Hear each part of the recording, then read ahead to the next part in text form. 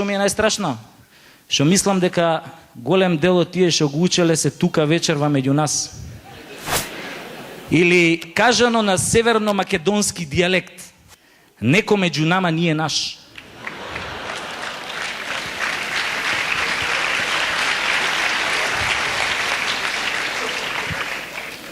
И така ми се направи некоја шубе од тоа еркондишонот, некоја кнедла ми застана у грло, вака кревам глава горе, шо да видам? Климата, Ниш, производња 1984, а горе на неа седнале два голуба, им вибрираа тоа газињата од тоа климата и ме гледаат право у очи као да сум првиот рикнат од птичи грип у држава. Леле, луѓе, ко ми се врати сладоледот у ждрик, а ждригот која ми замириса на птичја кака. Викам, абе, кај најдов да лижам сладолед, која пола свет леп нема да јаде, бе. И ко ми се направи еден немир на душата, и све почнав да мислам на оние бактериите што почнаа да ми се размножуваат у грло од тоа лајната на гулабите. Уствари, така започна мојава приказна. Седнав у кола, правецка и матичната, таа беше бивша професорка на медицински факултет, треба да иде у пензија, али не и сиде, мириса на земја уште ординира. И ја влагам кај неја и она место да ме праша шо ти е, шо те боли, па ја да и се пожалам дека сум се најал птичи лајна. Она мене фати за политика. Кажи те па нашиве на изборите, а? Кажи каква нова влада имаме. Кажи каков лидер имаме. Млад, па каков оратор е, па каква дикција има, па каква харизма, катаклизма. Викам, докториве одма знаат која страна да ја фатат. И тоа со пичина. Едно, две, она паза лидерот. Вика, ваков лидер нема у светот. Вика, гледа го Џорџ Буш. Му требаше, вика, 20 сати да стигне на местото на злосторот која ги урнаа зградини у Њу Јорк. Вика, нашиот лидер не е таков. Он сегде прв стига. И тогаш ја не и поверуев, али и поверуев пред месец дена која гореше овој театар во изградба во центар. Јас случајно се најдов тамо, која се запали театаров, и само што се запали, некако исто време со пожарникариве дојде и лидерот. Искача од тоа лимузината, им вика на пожарникарите: "Стој!" Пожарникариве застана и му вика тамо: "Остај кофата доле!" И ој остава кофа. Иде лидеров, ја зима кофата и вика: "Се знае оваа држава која фрла првата лопата и првата кофа. Штрак!"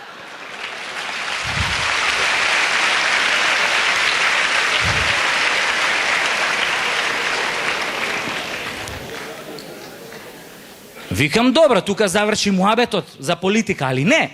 Она продужи да ја фали гениалноста на новата влада, незиниот патриотизам после фрлени 3 жути. Не знам, почна да ги фали реформите во здравството, а јас све мислев на оние бактериите што почнаа да ми се размножуваат у грло, и све пред очи ми искачаше сликата на Сигурни Вивер од филмот Осми путник, она ванземаљацот кој искачаше од грлото. И оваа драпаше, едно време и текне ми вика: "Чекај бе, уствари ти зашо си доен, шо те боли?" И ја одма тука и врзав една прича и викам: "Слушај, само што се вработив, па сакам бриза систематски да ми напишеш еден упут, пошто викам, нели новава реформаторска влада работи 24/7 и требаат работоспособни мажи, богобојажливи, што знаат целосно да се дадат во светлата иднина на својата татковина." Вика, нема проблем, вика, ја ќе ти напишам еден комплетен. Крв, вика, ќе даваш? Леле, ко ме фати паника, си викам, сега ова лајново од гулаб сигурно од грло ми отишло у крв. Викам, пиши, викам, една е прувета. А викам, окраќа? Шо мам окраќа? Па ја викам, сум лижал сладолед, не сум мочал у далноводна Евана. Викам, пиши и сперма, ако треба само да проверам да не сум лапнал птичја кака у ера на птичи грип. И она пише упут и ми вика: "Кидеш у државнава лабораторија, сакаш упут или за приватнава?" Викам, докторке, парите никад не биле проблем, пошто ги нема. Кај ке пишеш, таму кидам. Вика, слушај, да сидеш, вика, ти у државната лабораторија, пошто вика овие од приватнава, и така примероците ги носат у државната. Па само ги препишуваат резултатите, па после на вас наивните пациенти ви наплаќаат рекет. Леле, викам, кој го смисли овој систем, бе? Како мене не ми текнало порано? баап еден компјутер, тури две цицлести медицински сестри цел ден да собираат брисови, однеси ги примероците у државно, препише резултатите, штрака вантата у джеп.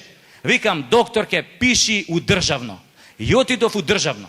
Само која искочив од кај неа си реков, добро бе, ако државново е боле, зашо она од државно отиде у приватно? Не се. Влагам ја у државна лабораторија, тамо ред 40 души, ја застанав последен и у тој момент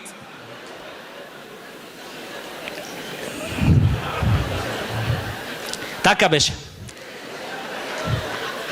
И у тој момент, значи, чекам уред и гледам еден наш познат академик од 90 години, мислам сите го знаете, како искача од вецето, носи отворена епрувета у рука, пуна со мочка, а руката му се тресе кој што се тресе пенис у ладна вода.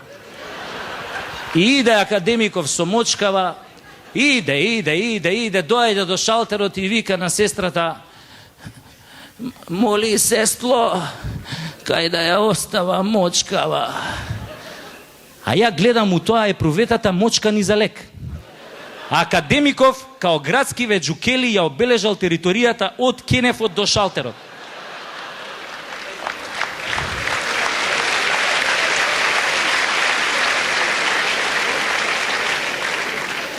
Башка што не испрска сите нас тука како противуроци.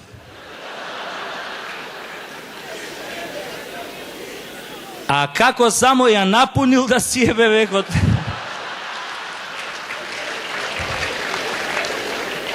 Иначе академиков стварно си имаше голем проблем. Он дошол да испита мокраќа, зашто 2 дена претходно му се слошило на струшките вечери на поезијата, кога не му дале Ловоров венец, со образложение дека е млад и надежен поет и дека неговото време допрва доаѓа. И така додека чекавме, он мене ми се пожали дека бил многу тажен што не му дале Ловоров венец, зашто имал многу добра песна. Песната имала наслов Планињето во Македонија. И он мене тука додека чекавме ми ја изрецитира и пошто стварно беше добра, ја запишав песнава и ја научив на памет. Сакате да ви ја кажам? Да? Океј. Значи,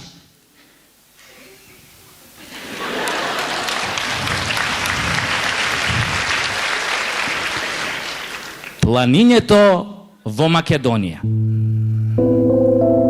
Јас сега ќе ставам рака вака у джеп, малце за да личам на Раде Шербеџија, за побрзо да ве шармирам.